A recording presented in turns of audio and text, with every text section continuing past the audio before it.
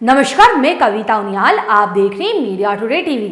Israel और Hamas के बीच चल रहे भीषण युद्ध के दौरान अमेरिका का खतरनाक युद्धपोत कई लड़ाकू विमानों के साथ गाजा की सीमा पर पहुंच गया है।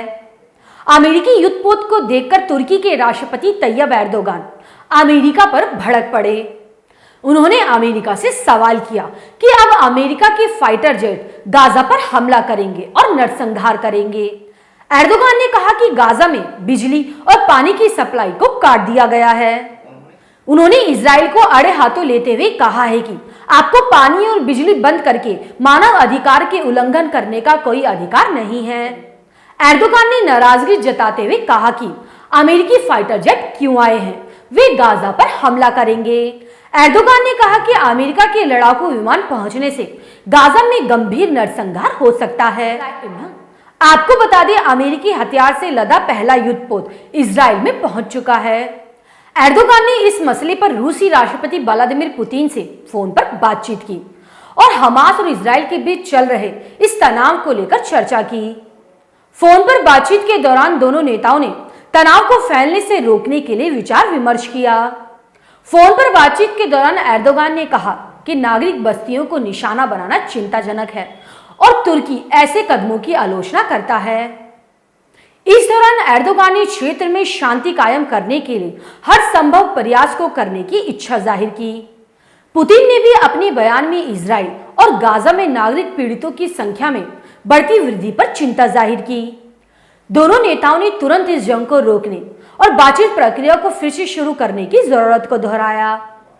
इजराइल हमास जंग में अब तक दोनों पक्षों को भारी नुकसान हुआ है।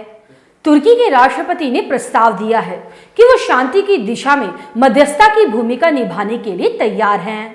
इसी के साथ मैं आपको एक खबर और बता देती हूँ। इजराइल द्वारा गाजा की घेराबंदी कर खाने पीने के सामान की सप्लाई बंद करने के बाद गाजा में खाने पीने की किल्लत शुरू हो गई है। इजराइल ने मिस्र को चेतावनी दी थी कि गाजा में सहायता लाने वाले हर ट्रक पर बमबारी की जाएगी।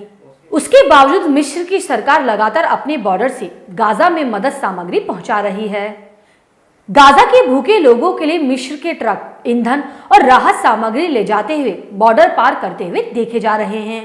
गाजा की दर्दनाक हालात को देखते हुए ईरान ने भी मिस्र से बातचीत कर मदद की पेशकश की। ईरानी विदेश मंत्री ने फलस्तीनी जनता के समर्थन में मिस्र की कार्रवाइयों और प्रयासों की तारीफ की है। ईरान के विदेश मंत्री ने मिस्र के विदेश मंत्री से फोन पर बातचीत कर गाजा में फलस्तीनी जनता के खिलाफ इजराइल के जुल्मों पर बातचीत की। ईरानी विदेश मंत्रालय ने गाजा में खाने पीने और दवाइयों समेत दूसरी चीजों को पहुंचाने पर जोर दिया।